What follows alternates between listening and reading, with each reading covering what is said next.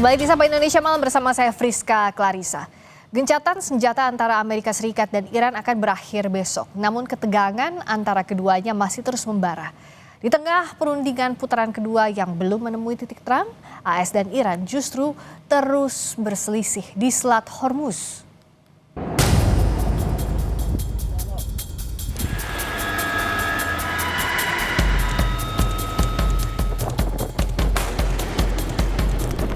Di saat gencatan senjata Amerika Serikat dan Iran yang berakhir pada Rabu pekan ini, ketegangan kedua negara ini justru semakin memanas. Belum ada tanda positif terkait dengan perundingan putaran kedua. Justru sinyal dan isyarat untuk bersiap melanjutkan perang semakin mengemuka. Ketua Parlemen Iran Muhammad Baghir Ghalibaf memberikan peringatan keras melalui media sosial X dan mengklaim telah menyiapkan kartu baru yang bakal dibuka di medan perang. Muhammad Baghir Ghalibaf menulis, Donald Trump tidak menginginkan negosiasi. Ia sedang mencoba mengubah meja perundingan menjadi meja penyerahan diri melalui ancaman dan kebohongan media. Selama 2 minggu terakhir, kami telah mempersiapkan diri untuk mengungkap kartu-kartu baru di medan perang. Jika gencatan senjata gagal, situasi tidak akan kembali ke kondisi sebelum perang. Transit di Selat Hormuz tetap berada di bawah otoritas Republik Islam dan blokade tidak akan pernah bisa diterima. Kami tidak akan bernegosiasi di bawah bayang-bayang ancaman. Meskipun penolakan telah ditunjukkan Iran, Presiden Amerika Serikat Donald Trump masih mengirim utusannya untuk menggelar perundingan kedua di Islamabad, Pakistan.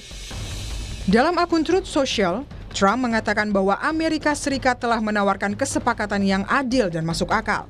Jika Iran menolak, maka Amerika Serikat mengklaim akan melumpuhkan setiap pembangkit listrik dan jembatan-jembatan di Iran. Sementara itu, juru bicara Kementerian Luar Negeri Tiongkok, Guo Jiakun menyebut isu Selat Hormuz adalah masalah yang kompleks dan sensitif. Ia berharap kedua belah pihak dapat memenuhi kewajiban mereka dan mematuhi perjanjian gencatan senjata untuk mencegah eskalasi yang lebih parah.